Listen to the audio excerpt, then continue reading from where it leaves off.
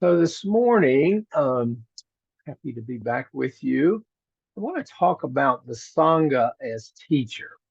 In Buddhism, we talk about the three jewels, the Buddha, the Dharma, and the Sangha. The Buddha represents the teacher or the teachings. The Dharma is embodies the teachings, and the Sangha, of course, is this living, breathing teacher in our spiritual community. And our group here, Serenity, is just not a group of people that gather to meditate together to talk. It's a community. It really, Sangha refers to a spiritual family, a group of people walking the path together. And as with the Buddha and the Dharma, it's a real source of refuge. Kalyana Mitra is the Pali word for spiritual friend, and it's one of the foundations of spiritual progress. The Buddha taught that is one of the seven things that is conducive to the welfare and happiness of monks. In the Upada Sutta, he emphasizes the importance of spiritual friends on the path, and I think we see this here whenever we get together. We see that um, the spiritual community is so supportive of our practice. You recall in the Upada Sutta, Ananda says to the Buddha, um, the community is half of the holy life, having admirable people as friends, companions, and colleagues. And the Buddha replies, "Don't say that, Ananda. Don't say that. Having admirable people as friends, companions, and colleagues is actually the whole of the holy life. When a monk has admirable people as friends, companions, and colleagues, he can be expected to develop and pursue the Noble Eightfold Path."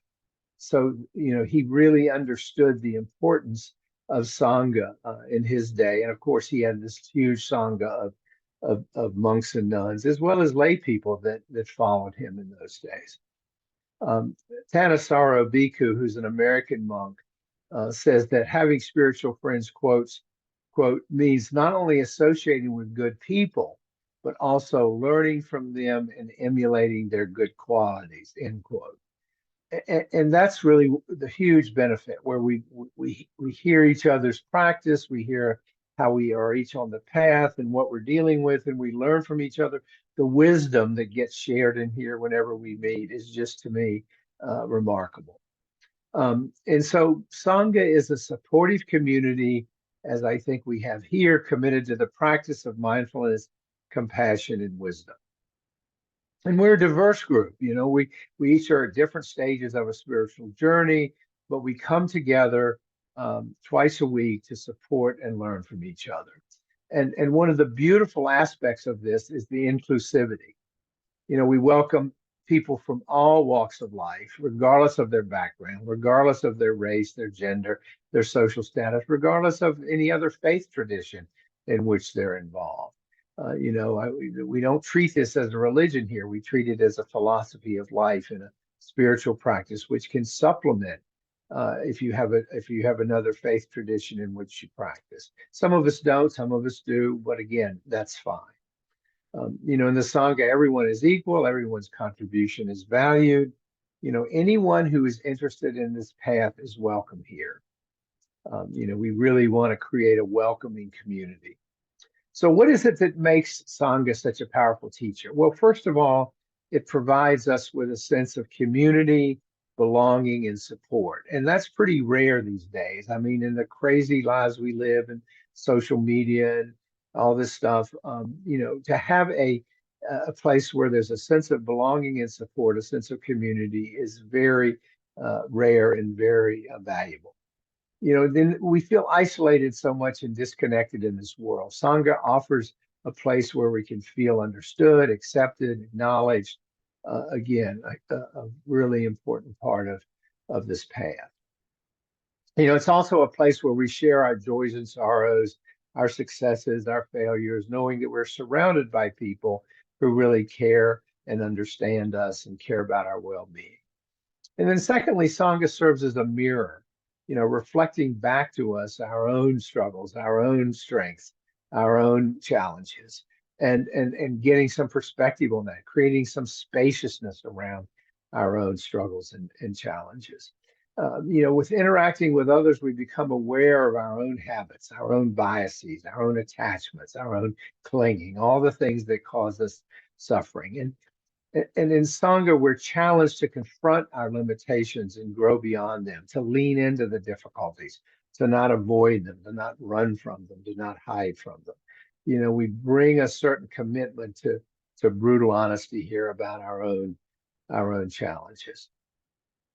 And this guides us toward greater self-awareness, which is the path to greater self-transformation, which is the path to reduce suffering.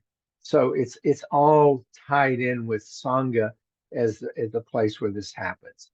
And then thirdly, Sangha provides us with multiple opportunities for learning and growth.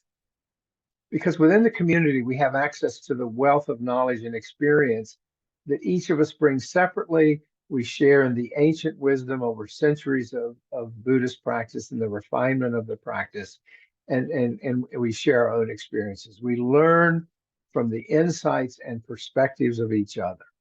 We help each other. We help create spaciousness. We gain new insights into the Buddhist teachings and the deepening, which deepens our understanding of the path. I love all the perspectives that folks bring to this path, and I learn something every time we're together. I gain from the wisdom that we share with each other. And then finally, Sangha embodies, and here we bring principles of compassion and loving kindness. We don't judge here. We don't criticize. We cultivate compassion for each other. And through acts of generosity and service and support, Sangha exemplifies the virtues that are at the heart of the Buddhist path.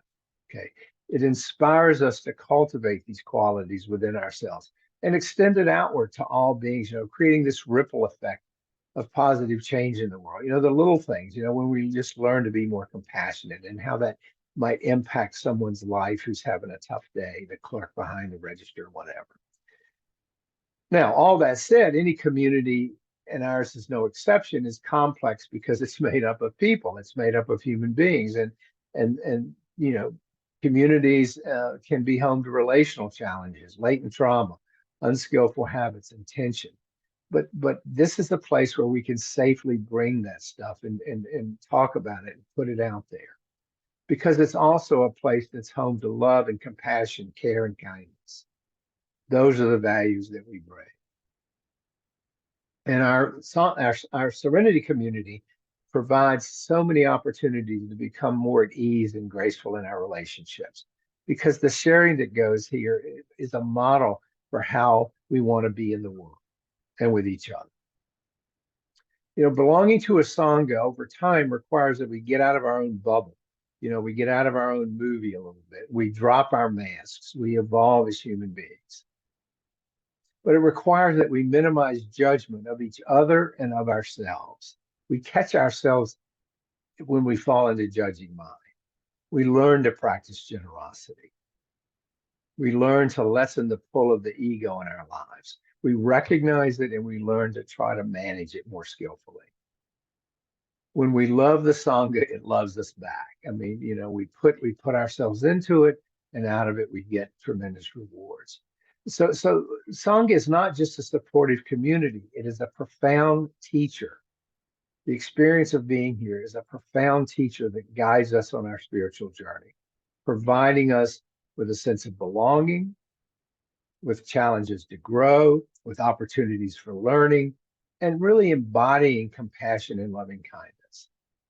So as we continue on our path together, let's cherish and nurture the Sangha, recognizing the treasure that it is, helping us awaken to our true nature, helping us become better human beings. So those are my thoughts on Sangha as a teacher.